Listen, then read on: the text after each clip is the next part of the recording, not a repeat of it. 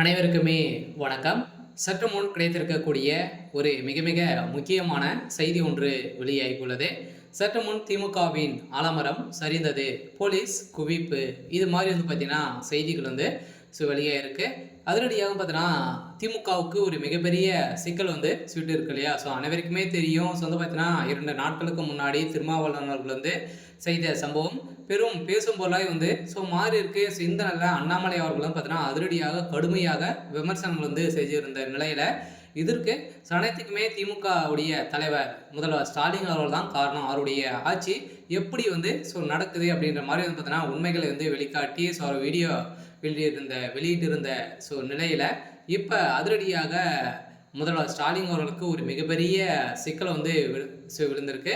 இதை பற்றி இந்த வீடியோவில் நம்ம முழுமையாக பார்க்கலாம். அதுக்கு முன்னாடி நம்ம சேனலுக்கு இப்போதான் நீங்கள் முதல் முறையாக வந்திருக்கீங்க அப்படின்னா மறக்காமல் நம்மளுடைய சேனலை சப்ஸ்கிரைப் பண்ணி சப்போர்ட் பண்ணுங்கள்.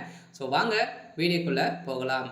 பார்த்தீங்கன்னா இப்போ இன்று பார்த்தீங்கன்னா அதிரடியாக கரூர் வழக்கின் அடிப்படையில் செந்தில் பாலாஜி அவர்கள் செய்த சம்பவத்தின் அடிப்படையில் இன்று விசாரணை வரப்போது. இந்த விசாரணை அடிப்படையில் கரூர் வழக்கின் அடிப்படையில் பார்த்தீங்கன்னா விஜய் அவர்களுக்கு நிறைய விதமான தனிப்பட்ட கேள்விகள்லாம் கேட்டிருந்த நிலையில் இந்த கூட்ட நெரிசலின் காரணமாக பார்த்தீங்கன்னா 41 உயிர்கள் பறிபோன நிலையில் இதற்கு விஜய் அவர்கள் தான் காரணம் அப்படின்ற மாதிரி திமுக சாட்டியிருந்த நிலையில இதற்கு அனைத்துக்குமே அரசு தான் பொறுப்பேற்க வேண்டும். அரசு கரெக்டாக இருந்திருந்தாலே பார்த்தீங்கன்னா இந்த அசம்பாவிதம் நடந்திருக்காது அப்படின்ற மாதிரி இன்று நீதிமன்றம் பார்த்தீங்கன்னா தீர்ப்பு வழங்கியிருக்காங்க. இந்த தீர்ப்பின் அடிப்படையில் அதிரடியாக பார்த்தீங்கன்னா நம்ம எதிர்பார்த்த மாதிரி செந்தில் பாலாஜி அவர்கள் பார்த்தீங்கன்னா கரூரில் ஒரு சில பேரெல்லாம் குளிப்படை இறக்கி தான் இது மாதிரி செஞ்சிருக்காரு அப்படின்ற மாதிரி இன்று ஆதாரம் நீதிமன்றத்தில்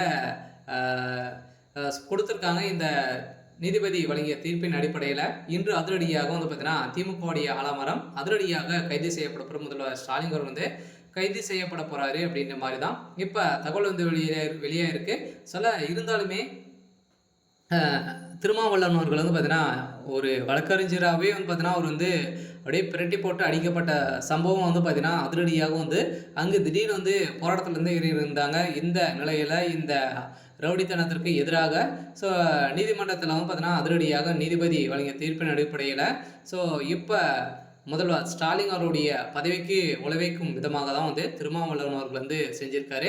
இதன் அடிப்படையில் தான் முதல்வர் ஸ்டாலின் அவர் கூடிய விரைவில் கைது செய்யப்பட போறாரு அப்படின்ற மாதிரி தான் தகவல் வெளியாக இருக்கு. பார்த்தீங்கன்னா அதிரடியாக தமிழகத்தில் ஒரு மிகப்பெரிய மாற்றம் வரப்போகுது.